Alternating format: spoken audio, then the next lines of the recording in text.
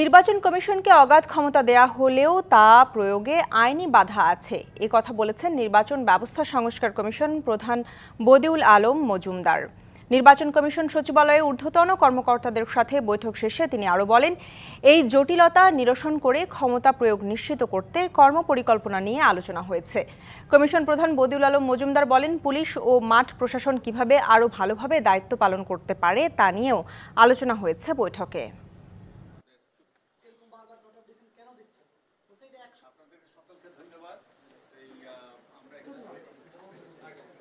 Appeal বিভাগের রায় নির্বাচন কমিশনের অন্তর্নিহিত ক্ষমতা আছে, ইনহারেন্ট পাওয়ার, এবং সুষ্ঠু নিরপেক্ষ নির্বাচনের ক্ষেত্রে তারা বিধিবিধান, আইন ও বিধিবিধানের সাথে সংযোজন করতে পারে।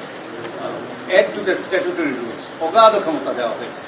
এই ক্ষমতার প্রয়োগটা হলো একটা সমস্যা ছিল, এই প্রয়োগের সমস্যাটা দূর করতে হবে।